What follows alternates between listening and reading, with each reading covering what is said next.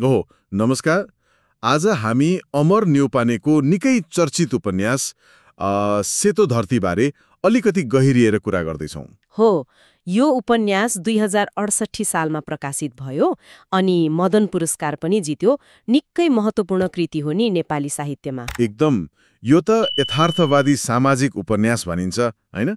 कल्पना भन्दा पनि समाजको त्यो कटु यथार्थ देखाउने खालको। हो नि, यसले पाठकलाई सोच्न बाध्य बनाउँछ। आजको हाम्रो छलफलको उद्देश्य पनि यसको मूल सन्देश के हो, खास गरी त्यो बाल विधवा पात्र तारा, उसको जीवन सङ्घर्ष अनि समाज विरुद्ध उसको त्यो मौन विद्रोह, हैन त? त्यसकै गहिराईमा पुग्ने कोसिस गरौँ। हुन्छ, सुरु गरौँ न त ताराको बाल विवाहबाटै। उपन्यासले कसरी देखाउँछ उसको त्यो कलिलो उमेरमा बिहा हुँदाको अवस्था? हो त, त्यहाँबाट उसको जीवनले एउटा फरक मोड लिन्छ। त्यो स्वतन्त्र बाल्यकाल सकिएर पीडा र असहायपन सुरु हुन्छ। एकदम।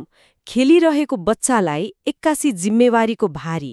उपन्यासले त्यो संक्रमणलाई, त्यो स्वतन्त्रता खोसिएको पललाई निकै मार्मिक ढङ्गले उतारेको छ। अनि बाल विवाहको पीडा त छँदै थियो, त्यसमाथि सानै उमेरमा त्यो वैधव्य थपिँदा त झन् कस्तो भयो होला ताराको जीवन।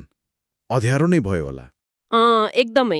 उपन्यासले त्यो विधवा जीवनको चित्रण पनि निकै सजीव गरेको छ। समाजले गर्ने तिरस्कार, त्यो एक्लोपन। अनि कति धेरै बन्देजहरू, होइन? हो नि, के लगाउने, कहाँ जाने, कोसँग बोल्ने, सब कुरामा बन्देज।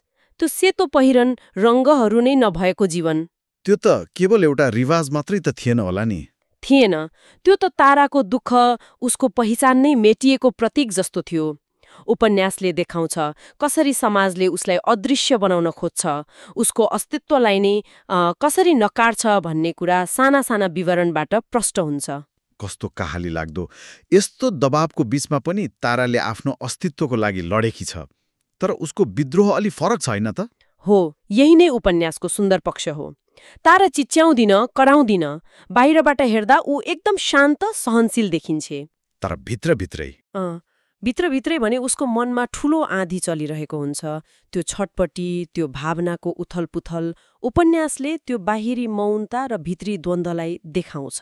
भनेपछि उसको त्यो सहनशीलता नै उसको विद्रोह भयो। हो नि त, त्यो समाजमा जहाँ महिलाको आवाज सुनिँदैन थियो, उसको त्यो मौनता, त्यो आत्मबल, आफ्नो भित्री संसारलाई जोगाएर राख्ने प्रयास नै त्यो पितृसत्तात्मक सोच विरुद्धको एक किसिमको शक्तिशाली प्रतिवाद बन्न पुग्छ। त्यो प्रतिवादको कुरा गर्दा उपन्यासले तत्कालीन सामाजिक परम्परा अनि त्यो पितृसत्तात्मक सोचमाथि पनि त प्रश्न उठाएको छ नि, होइन र? बिल्कुल। धर्म, संस्कृति, परम्पराको नाममा महिलामाथि हुने दमनलाई उपन्यासले सिधै औँला उठाएको छ, तर उपदेश दिएर होइन। कसरी त? त्यो बेलाका पण्डित, समाजका अगुवाहरूको त्यो पाखण्डपनलाई, उनीहरूको व्यवहार र त्यसले तारा जस्ता पात्रमा पारेको असर देखाएर उदाङ्गो पारेको छ। पाठक आफैले सोच्न थाल्छ कि साँच्चै परम्परा मान्छेभन्दा ठूलो हो त? हो। उपन्यासको अर्को बलियो पक्ष भनेको यसको परिवेश चित्रण पनि हो। त्यो गाउँ, प्रकृति, चाडपर्व, रीतिरिवाज कस्तो जीवन्त लाग्छ पढ्दा। एकदम। त्यो परिवेश खाली पृष्ठभूमि मात्र होइन नि।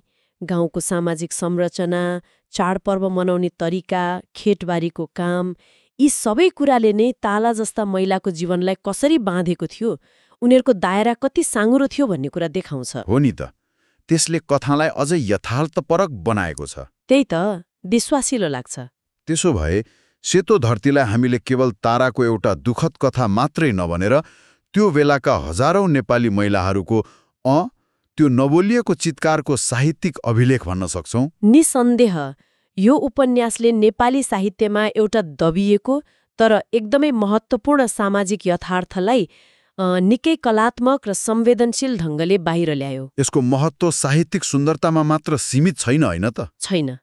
यसले उठाएको सामाजिक मुद्दा अनि त्यसले पाठकको मनमा जुन तरङ्ग पैदा गर्छ नि, त्यो पनि उत्तिकै महत्त्वपूर्ण छ। सारमा भन्नुपर्दा सेतो धरतीले बाल विधवाको त्यो कारुणिक अवस्था, समाजका कुरीति विरुद्ध व्यक्तिको त्यो मौन तर शक्तिशाली सङ्घर्ष अनि नारी पहिचानको त्यो जटिल खोजीलाई निकै प्रभावकारी ढङ्गले प्रस्तुत गरेको छ।